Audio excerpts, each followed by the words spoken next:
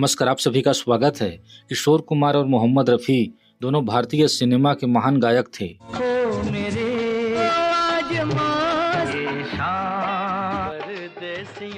मेरे महबूब ये चांद सा रोशन चेहरा तेरा चाहूंगा मैं, मेरे सपनों की लिखे जो खत तुझे पल पल चांदनी का मेरे दिल में। किशोर दा और रफ़ी साहब ने संगीत प्रेमियों को एक से बढ़कर एक गीतों का तोहफा दिया है, जिसे सुनकर मन मंत्रमुग्ध हो जाता है। प्यार दीवाना दर्द दिल छाई के भानु हारो पग घुंघरू शीशे की उम्र प्यार मिल से दे प्यार आने से जिंदगी एक सफर मेरा पे अपनी तो जैसे तैसे। किशोर दा और रफ़ी साहब बहुत अच्छे दोस्त भी थे। दोनों में बहुत प्रेम था और दोनों ने साथ में सैकड़ों युगल गाने गाए हैं। प्रेमी प्रेम करना जाने मेरे दिलदार का बागपन अल्लाह अल्लाह बने चाहे दुश्मन हमारा हमारा एक रास्ता आहा आहा दो राही आहा आहा। दोनों गायक समकालीन थे और दोनों महान थे, फिर भी दोनों के बीच कोई कंपटीशन नहीं था। दोनों एक दूसरे का सम्मान करते थे और दोनों मिलजुल कर गीत गाते थे। फिर भी दोनों समकालीन थे, इसलिए कई बार निर्माता, निर्देशक, संगीतकार या अभिनेता की वजह से जिस गाने को पहले रफ़ी साहब गाने वाले थे उसे किशोर दा से गवाया गया, और जिस गाने को पहले किशोर दा गाने वाले थे उसे रफ़ी साहब से गवाया गया। आज हम एक ऐसे ही गाने को लेकर आए हैं जिसे पहले रफ़ी साहब गाने वाले थे, लेकिन किसी कारण से बाद में किशोर दा से गवाया गया। कौन है वह गाना, क्या है पूरी कहानी, हम विस्तार पूर्वक चर्चा करेंगे। लेकिन आगे बढ़ने से पहले कृपया चैनल को सब्सक्राइब करके बेल आइकन अवश्य दबा दें और वीडियो के अंत तक बने रहें। रफ़ी साहब के प्रशंसक मानते हैं कि रफ़ी साहब हमेशा शीर्ष गायक बने रहे, और किशोर दा के प्रशंसक मानते हैं कि 1969 से लेकर अपने स्वर्गवास तक किशोर दा शीर्ष गायक बने रहे। वैसे मैं बता दूं, मैं दोनों गायकों का बहुत बड़ा प्रशंसक हूं। किशोर कुमार, मोहम्मद रफ़ी का ही नहीं बल्कि मैं मुकेश और मन्ना डे का भी प्रशंसक हूं। इसलिए मैं वही कहूंगा जो सत्य है। जो रफ़ी साहब के विशुद्ध प्रशंसक हैं वह मानते हैं कि रफ़ी साहब हमेशा शीर्ष पर रहे, लेकिन ऐसा नहीं है। 60 के दशक में रफ़ी साहब जरूर शीर्ष गायक रहे, लेकिन 70 और 80 के दशक में किशोर दा सबसे आगे थे। और यह मैं नहीं कह रहा हूँ, बल्कि उस समय के बहुत सारे लोग कहते हैं। 1969 से पहले किशोर दा ज्यादा एक्टिंग करते थे, गाने कम गाते थे, इसलिए रफ़ी साहब शीर्ष गायक बने रहे। लेकिन जब किशोर दा एक्टिंग छोड़कर सिर्फ गाना शुरू किया तो बड़े बड़े गायकों को घर बैठा दिया। इसके बारे में उस समय के बहुत सारे लोगों ने बताया और मीडिया में भी छपा था। सुरेश वाडकर ने भी माना था कि रफ़ी साहब को 10 साल तक घर बैठना पड़ा था, यानी 1969 से लेकर 1980 तक, जब तक रफ़ी साहब का निधन नहीं हुआ। रफ़ी साहब जैसे जिनकी दुआएं देते थे लोग, बड़े बड़े म्यूजिक डायरेक्टर्स, उनको 8 या 9 साल घर में बिठाया था। महेंद्र कपूर के बेटे रोहन कपूर ने सदाबहार फनकार यूट्यूब चैनल पर दिए गए इंटरव्यू में कहा था कि जब किशोर दा का दौर आया तब रफ़ी साहब और मेरे पिताजी दोनों को काम मिलना बहुत कम हो गया था। तब रफ़ी साहब मेरे पिताजी से कहते थे कि क्या मैं बेकार गायक हो गया हूँ। जो निर्माता, निर्देशक, अभिनेता, संगीतकार मुझसे गाना गवाने के लिए आगे पीछे घूमते थे, वह लोग अब मुझे पूछते तक नहीं। सुदेश भोसले ने भी कहा था कि एक वक्त ऐसा आया कि रफ़ी साहब डिप्रेशन में चले गए थे क्योंकि उनके पास बहुत कम काम था। आराधना के बाद वही लोग, वही प्रोड्यूसर्स, वही डायरेक्टर्स, वही मीडिया वाले बोले किशोर कुमार जैसा सिंगर नहीं, रफ़ी साहब इज गॉन, रफ़ी साहब इज फिनिश्ड। आफ्टर आराधना बोले हीरो कोई भी हो, राजेश खन्ना नहीं, कोई भी हो, अगर किशोर कुमार का गाना नहीं है तो हटाओ। रफ़ी साहब के गाने उन्हीं हीरोज़ के लिए किशोर दा गाने लगे।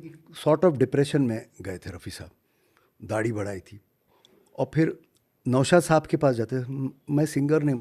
मैं सभी उदाहरण देने लगूंगा तो यह वीडियो बहुत लंबी हो जाएगी, इसलिए अब अपने आज के टॉपिक पर आते हैं। साल 1974 में एक फिल्म आई थी, नया दिन नई रात, जिसे निर्मित किया था NP अली ने तथा निर्देशित किया था A भीम सिंह ने, एवं जिसमें संजीव कुमार, जया बच्चन, ओम प्रकाश इत्यादि प्रमुख भूमिकाओं में थे। फिल्म में संगीत दिया था लक्ष्मीकांत प्यारेलाल ने तथा गीत राजेंद्र कृष्ण ने लिखे थे, जिन्हें अपनी आवाज दी थी किशोर कुमार, मोहम्मद रफ़ी, लता मंगेशकर और आशा भोसले ने।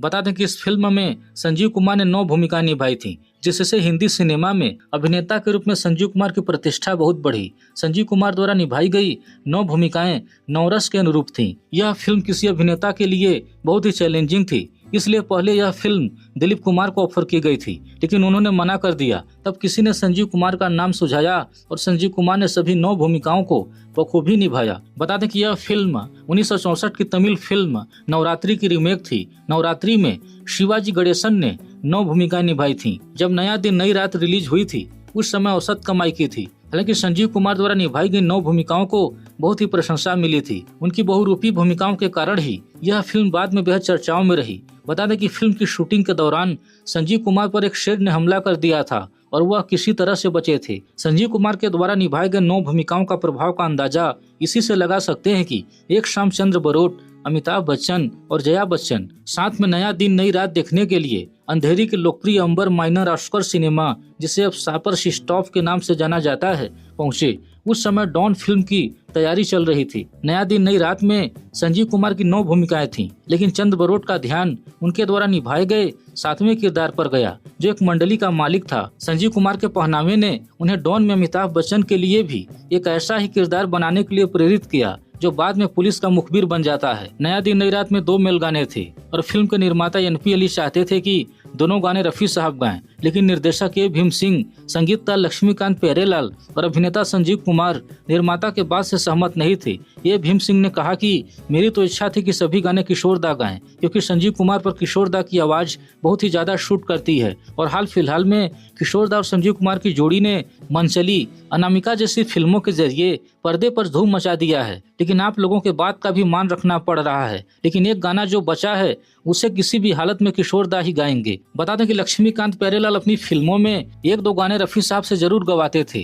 क्योंकि रफी साहब ने करियर के शुरू में उनको सपोर्ट किया था, परंतु LP भी चाहते थे कि यह गाना किशोर दा को अवश्य गाना चाहिए, क्योंकि उस समय वह शीर्ष पर थे। अंत में निर्णय हुआ कि एक गाना किशोर दा गाएंगे, जिसे पहले निर्माता NP अली रफी साहब से गवाना चाहते थे। गाने के बोल थे कृष्णा कृष्णा बोलो कृष्णा राधे राधे, जिसमें किशोर दा का साथ लता मंगेशकर ने भी दिया था। कृष्णा कृष्णा बोलो कृष्णा राधे राधे कृष्णा कृष्णा, मोह माया के तोड़ के ताले इसी नाम से प्रीत लगा ले, मन मंदिर में जोत जगा ले, मिट जाएगी कृष्णा कृष्णा बोलो। वास्तव में किशोर दा ने बहुत ही बेहतरीन गाया है और मेरा मानना है कि यदि दूसरे गाने को भी जिसे रफी साहब ने गाया है, मैं वही बात को भी किशोर दा गाते तो और शानदार लगता, क्योंकि यह गाना किशोर दा की आवाज में और बेहतरीन लगता। यदि गाने का आनंद विस्तार से लेना चाहते हैं तो